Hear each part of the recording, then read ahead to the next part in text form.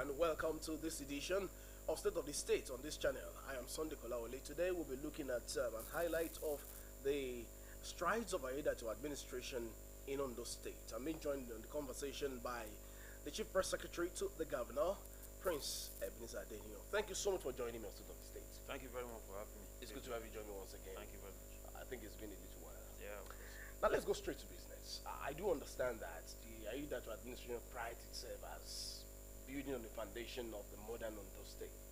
In fact, in some places they say it's consolidating on the new Ondo State. Somehow, many people find this ambiguous. What exactly is it building upon? What exactly is the focus of his administration? Is it infrastructure? Is it education? Is it health? What exactly is the focus of this administration? Thank you very much. If you take a look at the 7-point agenda of Mr. Governor of his administration, tag our East agenda, you see it well spelled out there across the various sectors of the state. And of course, we've had I think 5 or 6 elected governors before him, not to mention the military interventionists, and all those predecessors all played their part, and it is now for him to build on the foundation already laid by his predecessor, particularly his former principal, late Arakuni Oluwarotimi Odoya Keredolu. And one of the promises he made when he became governor was that he was going to sustain the legacy of his former principal, his immediate predecessor, and that he would not abandon any that project. he would not abandon any because projects, that is really causing not just projects, but also policies of that administration, because of course he was part of that administration. And some of those projects are the ones that we still have ongoing now, particularly the Oriarubilen flyover, that is very close to this place, the Ejoka Road dualization, and the Oda Road dualization, and others that are currently ongoing. I can assure you that as of today, there is no single project of that immediate past administration that has been abandoned by this administration. And the Ejoka Road was completed, and of course we'll get to discuss some of these projects. Yes. But I am seeing that you've been able to mention key infrastructure projects. I've not heard anything from you in this your initial submission about education. I've not heard anything from you of course. in your initial submission about health. I started by telling you about the legacies of his former principal. Does it seem that he's more interested in infrastructure development? All the things that I've mentioned now are part of infrastructure in the state. Don't forget about a couple of months ago, Mr. Governor, the State Executive Council gave approval for 101 kilometers of roads across the state. That's in addition to the 60 kilometers that was approved in January of this year. That is 20 kilometers per senatorial district. So we have, I don't think there is any local government in Ondo State today out of the 18 where we do not have one infrastructural project or the other ongoing. So if you go around the state, you see all the ongoing road construction projects. That is still infrastructure. Yes, and critical among those, the 3 major dualization projects that Mr. Governor flagged over at the same time, and all those 3 are currently ongoing, and this will be the first time in the history of the state that we have 3 dualization projects going on side by side at the same time and cutting across the 3 senatorial districts. In Ondo Central, we have that of Akure to Idore, around Okearo. In Ondo South, we have that of Okitukwa to Ilaje to Ibokoda. And in Ondo North, we have that of Akungba to Ikare. All those 3 major dualization projects are ongoing, and those have been attended to side by side with the ones inherited by the administration. And this is, of course, apart from the 60 kilometers and 101 kilometers recently approved by Mr. Governor. And we still have pending 5 kilometer per local government. That the Pending? yes, that What's pending it? because they are the commissioners were given the mandate um, to consult with leaders of their respective local government areas and nominate the roads. So it cannot be said to be a project. It's still in the pipeline. Yes, that will be consulted in each local government. So as I'm talking to you now, ministry officials of the Ministry of Infrastructure are going around those local government areas to do the assessment of those projects that have been nominated from the various local government areas. That is going to be the 5 kilometer per local government, which is going to come to about 90 kilometers. So we have a lot of those ongoing. And then we have the judiciary complex, which is a major project for this administration. Because if you go around the southwest, you realize that those probably has the least developed high court secretariat in the region. So what Mr. Governor is doing now is to give, which is one of the legacies of his former principal. He conceptualized it, but he wasn't able to bring it to realization before Mr. Governor came on board. And if you go there now, work is also ongoing. It's over 40% completion level, and it's supposed to be completed within 18 months. So that one is ongoing. So we have a lot of other major works. We have, in terms of water resources, efforts are ongoing to revive Oweno Dam, and you realize that from the time of Agagu, it's been very difficult for governors in Ondo State, past governors, to be able to bring into reality the water supply from Oweno Dam, which is supposed to supply water to the central senatorial district of the state. Assessment has been done there now from the officials of Ministry of Water Resources and Hygiene, and also with some consultants. Then we have some intervention agencies that are also showing interest. Prince Adeni, if I'm to cut in at this point, yes. You've talked so deeply about infrastructure development.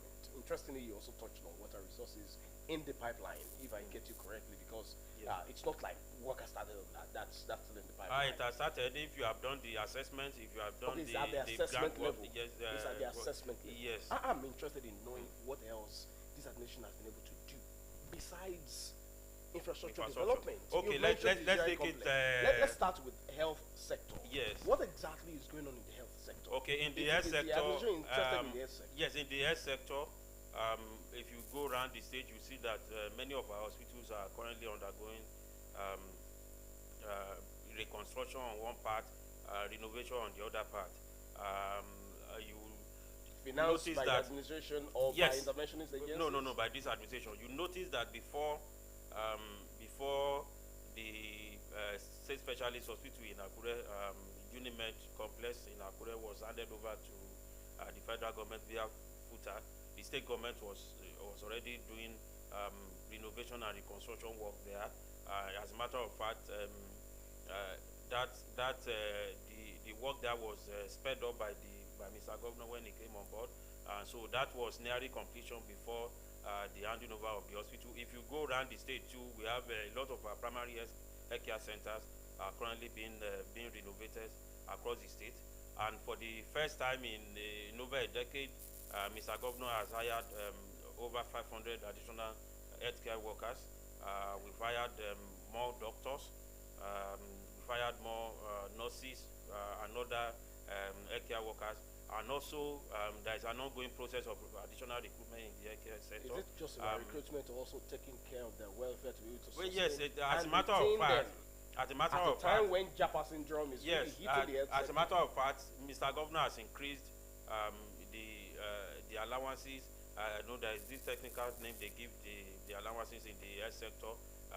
Mr. Governor has increased it twice since he became governor, which is in addition to other incentives being given to those in that sector so that we can, at least reduce Increment of allowances the twice. Japa Increment of allowances twice. Yes, yes. Another emolument. Yes. So what is causing some rift, as it were, or some skirmishes? There are no skirmishes. I think. Are you aware some people protested recently? No, the protest was for those who participated in a particular program. Okay. It wasn't necessary. It wasn't about civil service. It wasn't about their work as government officials or as government workers. It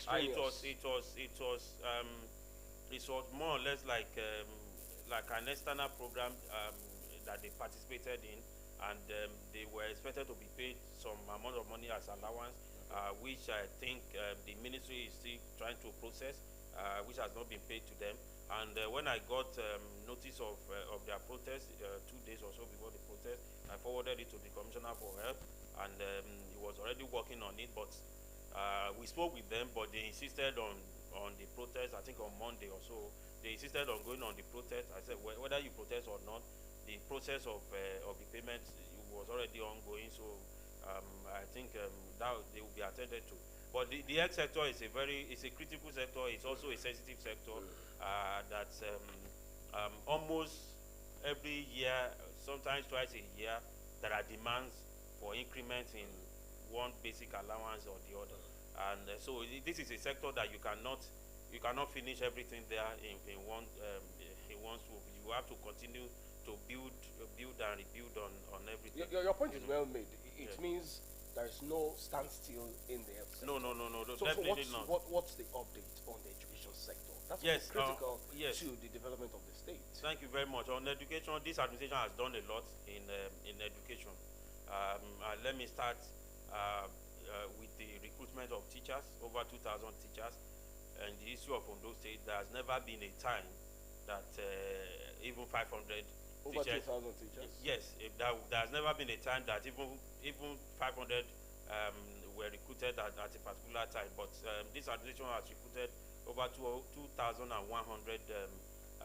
teachers this year, 1,000 plus in the primary sector, and then 1,000 plus in the secondary sector. All of them have started working. All of them have started receiving their salaries because at the time this administration came on board, there were schools where you have maybe 2 teachers in a particular school, especially in the rural areas. You have a school whereby it will just be the headmistress or the headmaster and 2 classroom teachers. But now we've been able to plug the holes in the teaching sector within the state, particularly in the rural areas, and we've done it in such a way that an embargo has been placed on transfer, so that you are not employed to teach in Ajagba. Then tomorrow you say that you want to move to Ondo or you want to move to Owo. So you have to sign an agreement that you are going to be where you are going to be posted to, so that we can continue to curtail that migration from the rural areas to urban areas that has been affecting the education sector. And apart from that, Mr. Governor not only revived the bursary and scholarship scheme for tertiary education students, he also increased it. The bursary was increased from 10,000 naira to 20,000 naira, and not only that, he increased it. Now he has paid for 2024. He has paid for 2025. Before he came on board, there will be 5, 3, 4 years that even students will not get their bursaries and salary. But now this administration is paying regularly. Like I said, that of 2025 has been paid. That is in addition to that of Osopadec 2, that is also paying bursary and scholarship for students of the mandate area from Ondo South Central District. And then we have, going across the state too, rehabilitation and renovation of schools, particularly in the primary sector through SUBEB. And in Nigeria today, Ondo State is an award-winning state when it comes to counterpart funding in universal basic education. And that is why we are able to access the UBEF fund, and that has helped us to continue to renovate and reconstruct schools across the state. So we have this ongoing across the state. All right, let's move to something else now. I understand that recently, I think when the administration was celebrating its first 100 days in office, the Oda Road dualization was commissioned as part of other projects, so to say. So what exactly is now going on It's in the news that asphalt are also being laid on the same road just a few months after that commission. What is going on? Well, that's another aspect of the work, and what we have ongoing now is urban regeneration. Urban regeneration. Yes, is now trying to make Akure look like a befitting state capital. The initial So project didn't factor that in. No, the initial project there was just to construct the road, Okay. which had been done. But what we have now is to create a sort of uniformity in the outlook of the road, particularly within Alagbaka, because if you, for instance, if you are doing urban regeneration, which is starting from Alagbaka, because Alagbaka is the GRA, is the main area. Because some people ask us why Alagbaka. I also was about to ask Yes, you why Alagbaka. because if Is you want to Alagbaka do- the only place in Akure? No, because if you want to do any urban regeneration, you have to start from Alagbaka. Why? Because one is the seat of power. Two is the best business center of the state capital. You have all the banks, all the commercial banks there. You have all government offices there. You have major companies and the rest there. So that is where everybody converges in the money. So that is more or less the meeting point of the working people in Ondo State. So the regeneration will have to start from there and then spread across to other areas. So if you are doing urban regeneration and you are fixing some certain parts, you also need to do some form of uniformity for everywhere to look the same. Not for you to do surface dressing on one side and then do asphalt overlay on the other side. So what was done, what is extending back to Oda Road now, is starting from NEPA roundabout, which is to relay the asphalt over that road from NEPA roundabout to ShopRite, to Igbaktoro Road, to connect to National Secretariat along Igbaktoro Road, and also connect with the newly flagged off Imafon Road. So you now have that coming from Hospital Road, coming from NEPA Road, going back to the governor's office, then going back to Oda Road. Because you realize that just some 2 months or so ago, the Light Up Akure initiative was extended to that Oda Road. And then if you drive to Oda Road in the night, in the evening now, you think you are, let me not overhype it, but at least when will that be completed? Because the picture you're painting looks like it's been completed. It's not been completed. But it is ongoing. Of course, you can't complete everything at the same time. It's not yet to Kajola Junction. Yeah, no. I think it's gotten to Kajola. When was that? I think it's gotten beyond Kajola. I drove there recently. So when will it be completed? But the light up initiative is currently ongoing. Okay. You know that it's not only on Oda Road alone. It's also being done in other parts of the state, other parts of the state capital, and then it's going to go to other urban areas of the state. I mentioned something in one of my programs recently, the Lucky Strides, about working on the master plans of our major cities. And whatever you see that is being done in Akure now, is being done in consonance with the master plan. You see, I smile. Yes. At the mention of master plan, I smile. Yeah, okay. Because it's very important to understand if there's indeed a master plan. Yes, there is. As a matter of fact, the master plan for the major cities were reviewed by the government. Recently, that of Okotokupa has just been approved by the State Executive Council. Then we have that of Owo, Ondo, Anore, and Okotokupa. How sustained will this be? Five cities. Even at the end of the administration, how sustained will this master plan be? I think this is what Lagos State government yes, has been doing. As a matter of fact, I think what we are doing now is to first bring out the master plans of our cities. They've been buried for a very long time. In obscurity. And when you have the master plan, it gives you an understanding of what a city is supposed to look like. And then it gives you the opportunity to be able to review it and maybe make some adjustments depending on population growth. Is it the master plan that also affected the Joka Road? Or is it the protest of the people that made government to come and then you are shifting the goalposts now. Okay, we are talking about you're talking about master plan. We are talking about urban regeneration now. Ijoka is not rural no, area. that is on infrastructure. We can talk about that one. Ijoka has always been there. There is nothing wrong with Ijoka. The road in the realization work in Ijoka is part of enhancing the infrastructure within the state capital. Okay. And like I mentioned earlier, Ijoka is one of the projects inherited by this administration. And work has been stalled on that road for quite a while because we had issues with the contractor handling the project.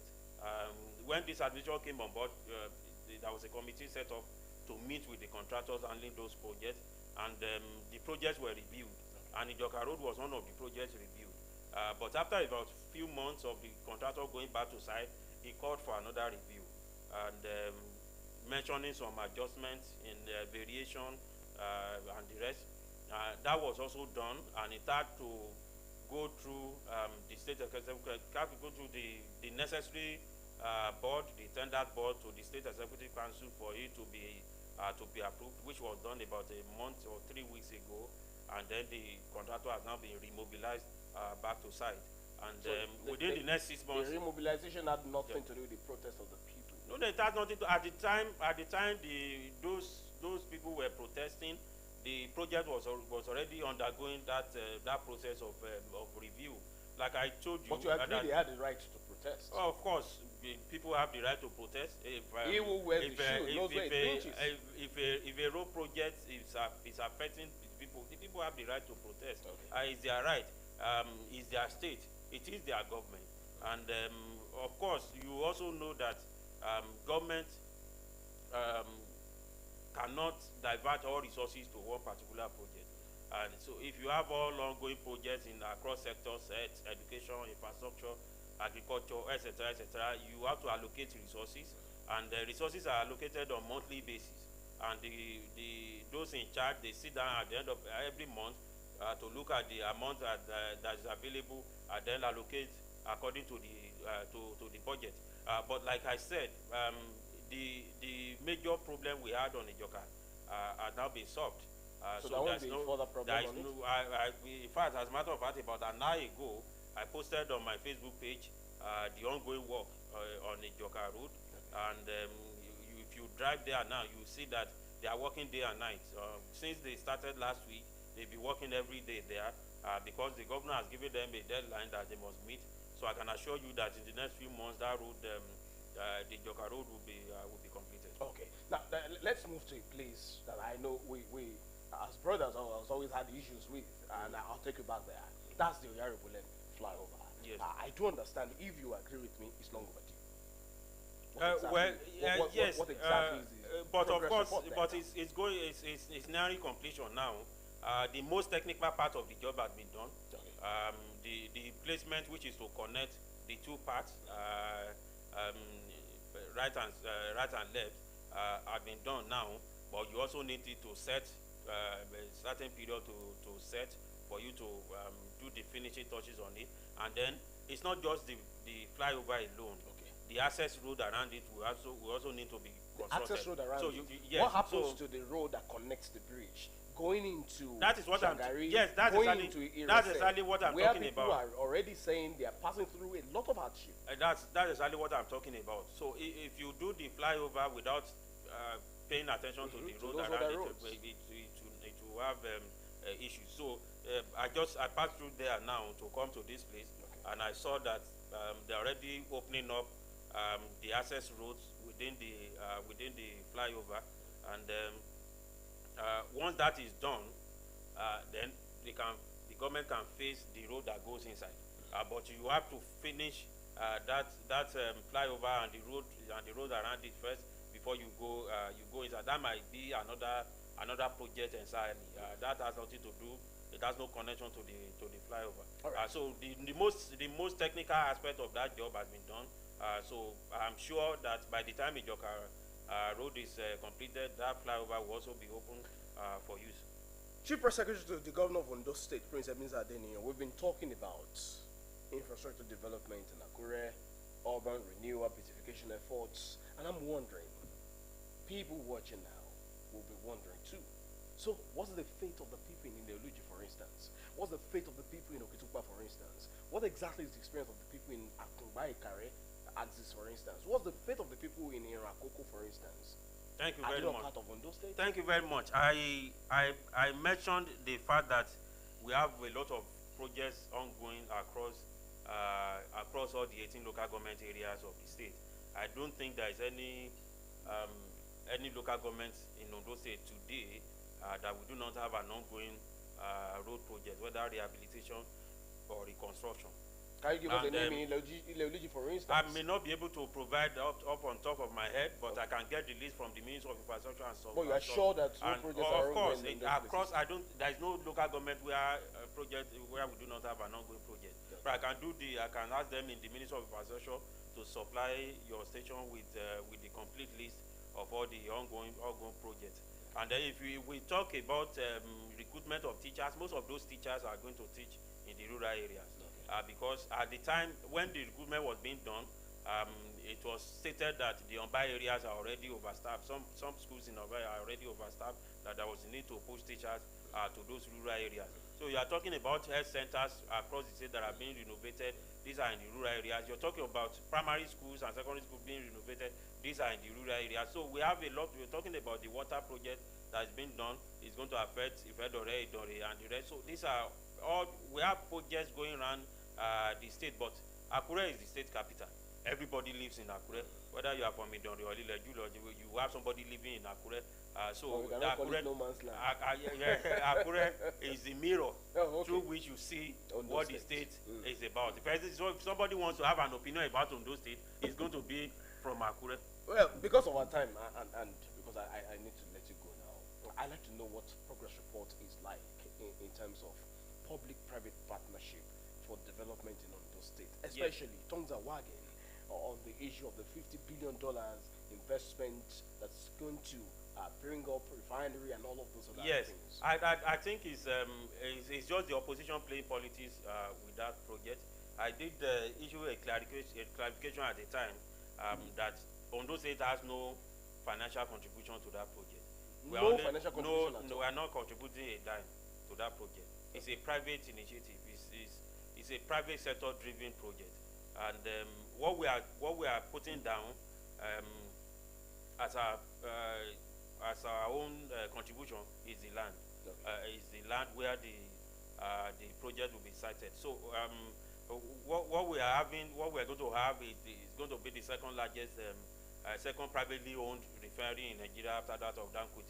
Don't forget that Dangote was supposed to be in Ondo State before we lost it to Lagos, and we are trying to correct that mistake now by bringing this consortium of investors. So Dangote is just one individual company, but what we have now in Ondo State, those coming, is a consortium of business partners across the world. We have financiers from outside of the country who are so we have a team of investors pooling resources together. $50 billion. So yes, pooling resources And together. then So the it's land not they just will one occupy person. is not small land. You No, agree? it's not. That is our own equity. So what is the commitment of the Aidatu administration? That is these will not be an abandoned project. Let No, me no, take of you down course, memory lane. of course it will Let me not. take you down memory lane. Yes. Anyhow.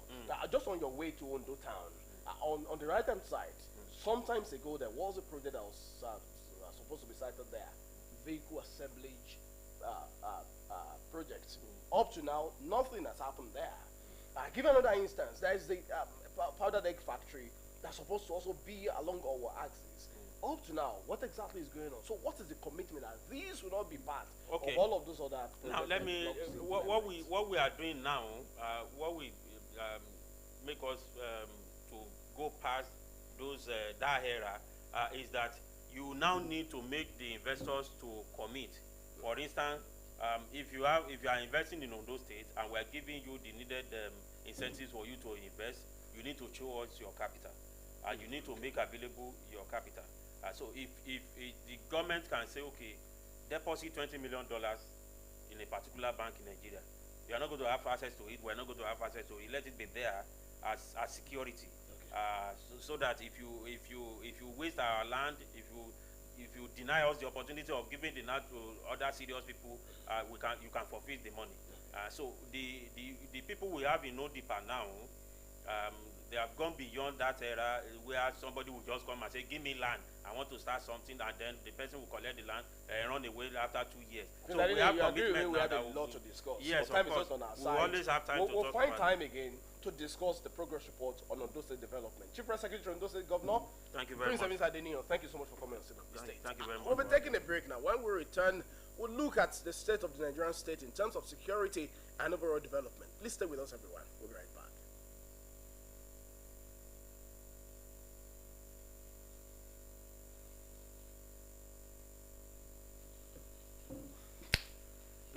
Aba? I will one chief.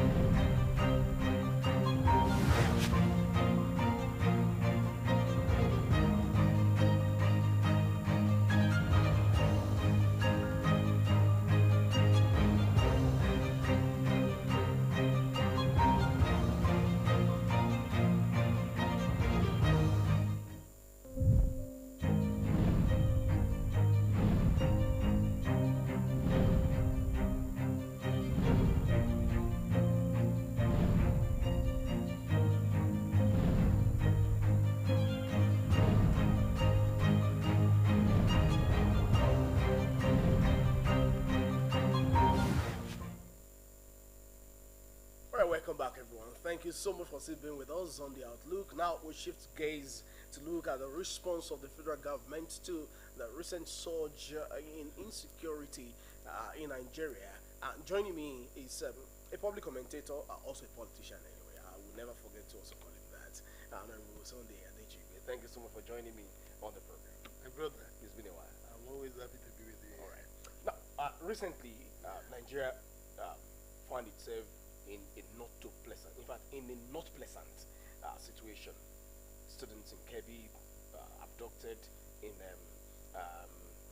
some other places. Worshippers in Kwara abducted. Students in Nasarawa, in Niger, in Niger, Niger, and so on and so forth. And then the tongues are wagging now. What exactly is the problem? Well, interestingly, the government came up to say, look, they've been rescued. In other places, they have regained freedom. These dictions seem to be really confusing. Were they really rescued, or were they released by their abductors? Well, let me put it this way. Yeah, like you said, it has been really, really disheartening and very worrisome. The recent wave of insecurity in the country. And sometimes you want to see why the sudden surge. And particularly after the gun-blazing statement of President Gun-blazing statement? Yeah, of President Trump, when he said, well, he might not have any option than trying to protect the Christians in Nigeria. And when the government was just trying to save the situation, then you now experience a wave of security attacks. The one in Kebbi, the one in Kwara, the one in Niger, the one in Benue Plateau, and it became so worrisome. Let's take the case of Kebbi, for example. When the governor even came out to say that there was security reports that that school was going to be attacked, and military men were deployed there, and within 30 minutes or 35 minutes before the attack, the military men that were deployed there were withdrawn. By who? Who withdrew them? Who gave that instruction? So that's why you begin to smell sabotage. That maybe these are pre-planned things. Because those, because at first I didn't even believe it. But when the governor himself had to come out to say, yes, there were military men there, stationed in that school, but 35 minutes before the attack, they were withdrawn. Who withdrew them? Who gave them that instruction? But luckily enough now we learned that maybe it's battalion or the soldiers that were there have all been arrested. Then the one in Kwara too, the one in Niger, all over the place. Why the sudden surge? Fine, we have been having pockets of, and I know this year we were even saying maybe this thing has reduced, except the ethnic clash in Plateau and Benue that, you know, so it becomes so worrisome. So what we are saying is there the probability of sabotage? Sabotage by who? By to what intent? By enemies, just to create the impression that this government is not effective, or just to encourage Trump. Whose business is of course the security of life and property? And so who will sabotage that you cannot completely rule out the opposition that are so desperate to take over the government. Does that mean that government is not on top of the situation if opposition would be so strong enough to sabotage itself? I think they have woken up now. Oh, government was sleeping before? Yeah, well, I guess so, because I wouldn't know why this wave of attacks could just go on unchallenged. Okay, you are talking about the situation in Kebbi. You are asking maybe those guys were released or negotiated or whatever. To me, it doesn't really matter. The goal is to have those kids released. Nobody wants them. Are you confirming that perhaps there was actually a I'm payment not bothered. The most important thing is to have those children released live. Who is going to benefit if the government decides to go gun blazing to enter the territory, and probably the only option left was to destroy everybody? Who will have benefited if all the 28 kids were lost to a government trying to play macho man and say, okay, we can get them released, and the bandits decide to waste all the 28 children? Who will benefit? Won't they come around again and blame the government that they killed all the 28 children? So to me, it doesn't really matter. And at times too, the government might be trying to play kind of a game. Let's, like the Yoruba will say, look at what has been happening in Sambisa Forest since morning. This place has been turned upside down, bumped. So maybe the government is just waking up, but the fact remains, me as an individual, in my opinion, I am suspecting sabotage. Well, the president has given an order that police escorts attached to VIPs be withdrawn. Yeah. Over 100,000 of them. Yeah. Does that not really signal that we've always been dealing with a problem that we're not serious in dealing with? 100,000 police officers attached to a microscopic few among the citizenry, while the larger chunk of residents are facing insecurity. And now that the order has been given, how sure are we that these will follow to the letter, and not like when the president, then president, gave an order to the Inspector General of Police to relocate to a troubled region, and then he was saying he was not even aware that he didn't go there? Well, as regards the use of policemen for private security outfits, I actually really condemn that. I have never been in support of that. And the order that the president gave is not something that is new. I think this should be the 100th time that I'm hearing such order. Without any effect? Without any effect, without it being implemented. So at times it gets so... So how sure are we that this will not be a matter of sound? Because I think Nigeria is the only country where such things is being practiced. I know not in South Africa, I know not in the US, I know not in the UK. If you feel so unprotected and you have your money, why don't you engage a private security outfit? the president even giving them an option of NCDC is not even, I'm not even in agreement with that. If you feel so insecure, hire your own private security. You have the right to gun license. Apply for it. Fund your own private security. Why would you know that the fund that is meant to pay for people that are supposed to protect the masses, then a few rich men will corner it and use it for themselves? So I've never been in support of that, and I hope the president will be bold enough or courageous enough to carry it out to the letter. Do you think he has the nerves? Yeah, he has taken some decisions that you will say that this man has the guts. Do you think the Inspector General of Police also has the nerve It is to not. see to it that the It is not the. directive is implemented? It is not the. It is not the matter of the Inspector General of Police. It is the firmness of the Commander-in-Chief of the Armed Forces. That's the president. He is very firm about it. The Egbetogun or whoever is the IG has no option than obey it to the letter. Aren't we due, or maybe long overdue, for state policing? Very, very, very. Beyond the Amotekun initiative. Yeah, of course. The Amotekun initiative is just a kind of a crash or fire brigade program that Aketi tried to implement when it was obvious that the federal government was not ready to grant the state police team. The Southwest had to meet and arrange, and the respective states out of assembly had to pass a law. But can we really call them a state police? They are more or less advanced vigilante group because of the kind of ammunition they are permitted to carry and the kind of way they are allowed to operate. They can't prosecute. They can't carry assault rifles. Maybe at most advanced Dane guns.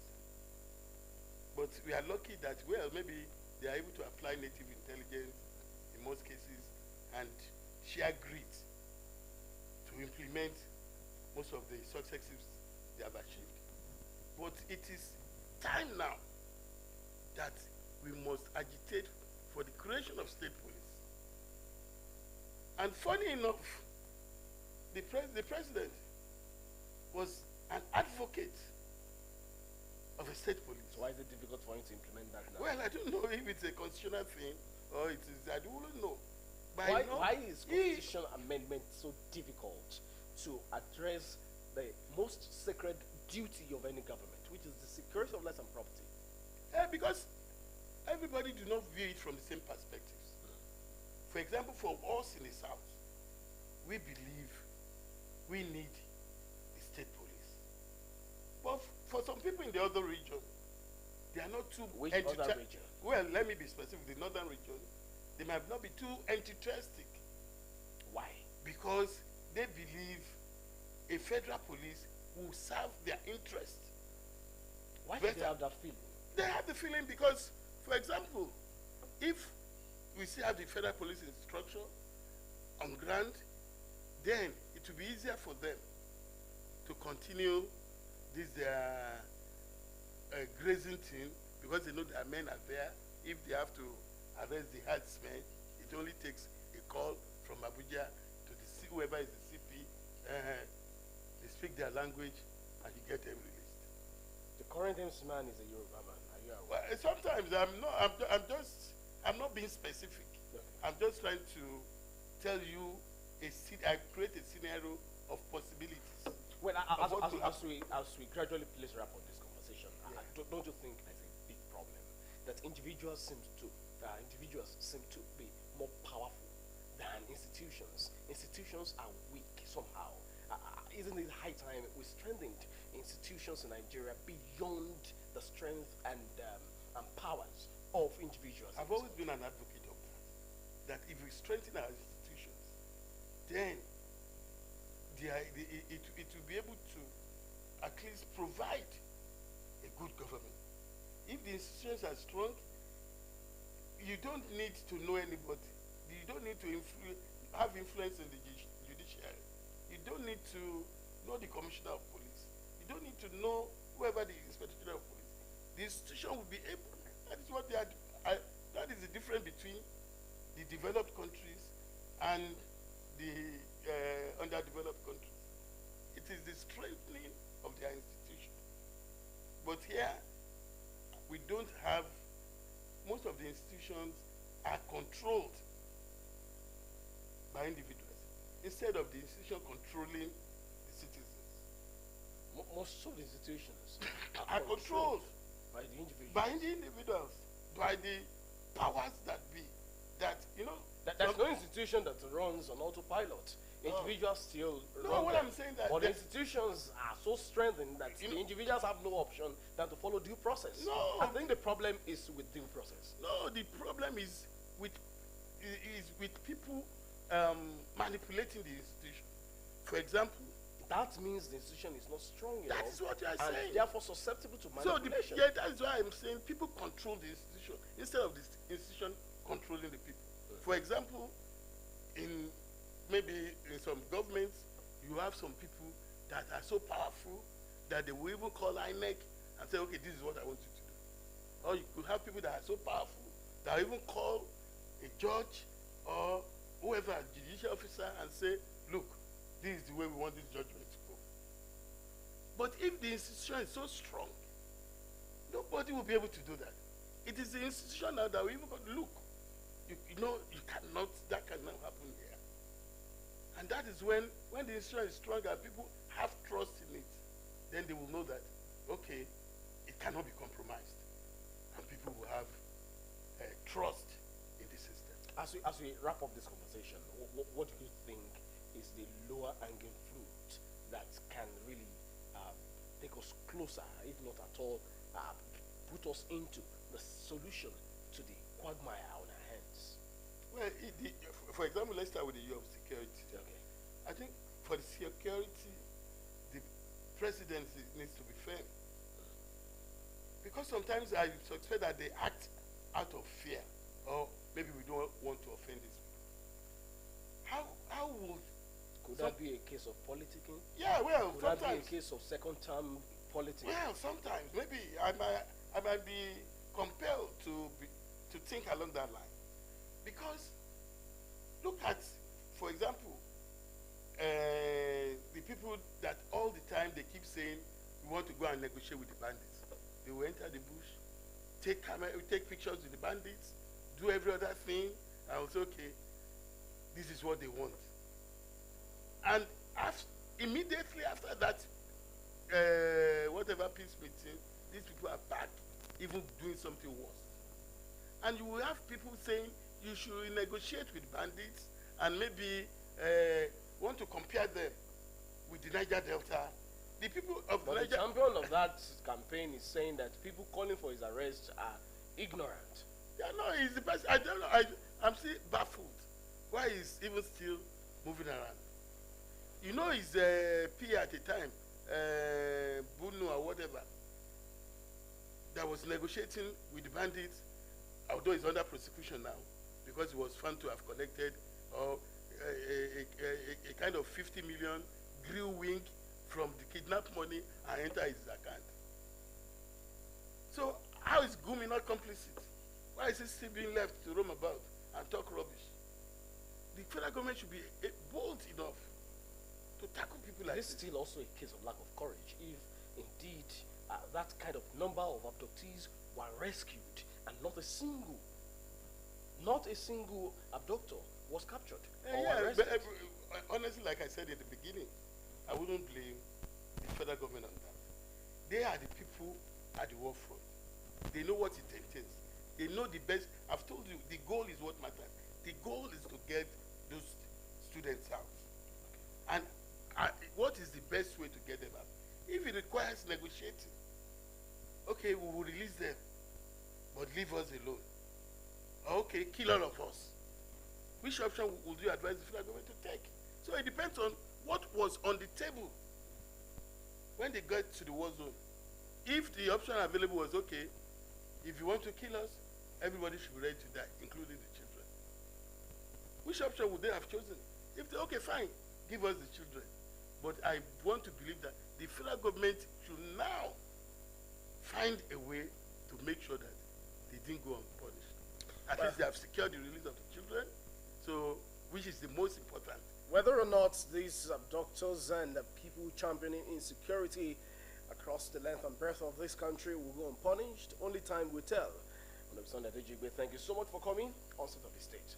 Thank you for your time. Everyone, this is where we'll be saying thank you to you for being a part of the outlook. Of course, we've been able to look at the strides of the Aidatu administration in Ondo states multi-sectorally, and then we've also been able to look at the question of insecurity in Nigeria and the way forward out of this quagmire. I thank you so much for being a part of it. It returns next week, God willing.